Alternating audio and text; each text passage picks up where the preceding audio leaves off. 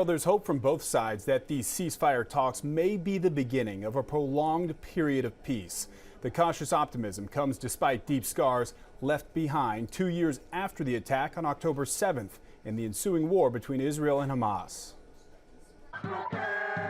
For millions of people around the world, the suffering surrounding October 7th remains fresh. Today is basically a day of pain. We're still hurting. Israelis in Israel, worldwide, Jewish communities, we're in pain.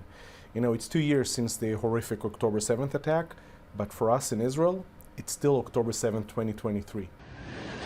2 years ago, Hamas killed around 1,200 Israelis in a surprise attack, taking more than 250 hostage, 48 of whom still remain inside Gaza, according to Israel's Ministry of Foreign Affairs. Meanwhile, the Consul General of Israel to the Midwest, Elad Strohmeyer, denouncing protests around Chicago planned for today, including one outside the Israeli consulate. On this day, the day that we were attacked, to have demonstration blaming Israel, blaming the victim for what happened to us, that's gaslighting, that's cruelty, that's outrageous. They're trying to change the narrative, they're trying to change history, and we won't let them. And as Israelis and many in the Jewish faith demand the return of Israeli hostages, Palestinians point to the ongoing humanitarian crisis in Gaza as Israeli forces continue attacks on Gaza City. According to the Hamas-run Gaza Ministry of Health, more than 67,000 people have been killed in Gaza and almost 2 million people displaced. The United Nations Children's Fund estimating 14,000 children in Gaza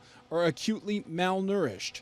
The U.S.-Palestinian Community Network reflecting on the pain felt by the people in Gaza. It's a reminder for us that we have a long way to go to continue to fight for justice and for the liberation of our people. And though many on both sides hope for peace, it's how they arrive at that notion that the chasm still exists. We want it to be over, and it can over right now if Hamas agrees to lay down its arms and also to release all the hostages. It can over in a heartbeat. When we have true self-determination of our own country, of our own land, of our own people, then that's when we can start talking about peace.